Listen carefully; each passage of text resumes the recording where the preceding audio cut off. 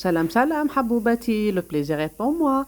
اللهم صل وسلم وبارك على سيدنا محمد وعلى آله وصحبه أجمعين. الوصفة تاع اليوم راهي وصفة سكوندير، راح ندير لكم المخ تاع بوزلوف. راح تتبعوا معايا للأخير يجيكم بنين عسل. تبعوا معايا، نبداو بسم الله على بركة الله.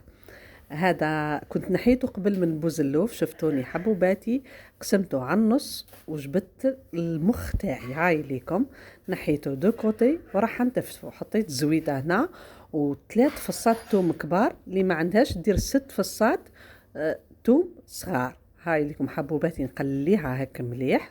تبعوا معايا. والمخ تاع بوزلوف قليل يعرف يطيبه ولا يحب يطيبه، تلمو يعني ما عندوش وصفات باينه. حبيت نحط لكم الوصفه تاعي تقليديه. وهنا بعد ما تقلات الثوم مليح نحط لها المخ تاعي ونحاول كيما نقولوا نفتفتو هكا باللالوش. هاي ليكم حبوباتي. ابخي حبوباتي راح نضيف له ملعقه صغيره فلفل الكحل وملعقه صغيره فلفل احمر عكري حلو، واللي حب حار يدير حار من احسن حلو هنا، وطرف ملح، رشه تاع ملح. وراح نزيد له بلا ما نساو حبوباتي الكركم. دركا راح نقليه مليح بتي فو. دائما النار ديريها متوسطه باش ما تحرقلكش الحاجه، ماشي الحاجه تطيب من برا ومن الداخل ما تجي نيه. هاي ليكم حبوباتي. وهنايا نضيف لهم 2 بيضات، هذا هو السر المخ تاعي انا.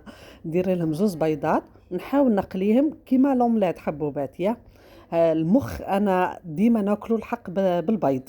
هاي ليكم حبوباتي، قليوه مليح. ديما نقولكم على نار متوسطه هكا حتى تلقاوه الاصفر تاعنا صفار البيضه ولا ميل البيوضيه. هاي ليكم هكا. وهنا هاو تحضر ساي المخ تاعنا طابق. ها ليكم هك الشكل هذا. بعد راح نحطه في طبق التقديم تشوفوه، ونحط فوق منه طريف معدنوس نزينو به. واللي يحب يدير القارص يدير 10 قارص. انا صراحه المخ ما نديرش فيه القارص. نتمنى انكم تجربوا الوصفه. الى عجبتكم ديروا جيم، ديروا ابوني. نحبكم نموت عليكم. او بليزير. سلام سلام.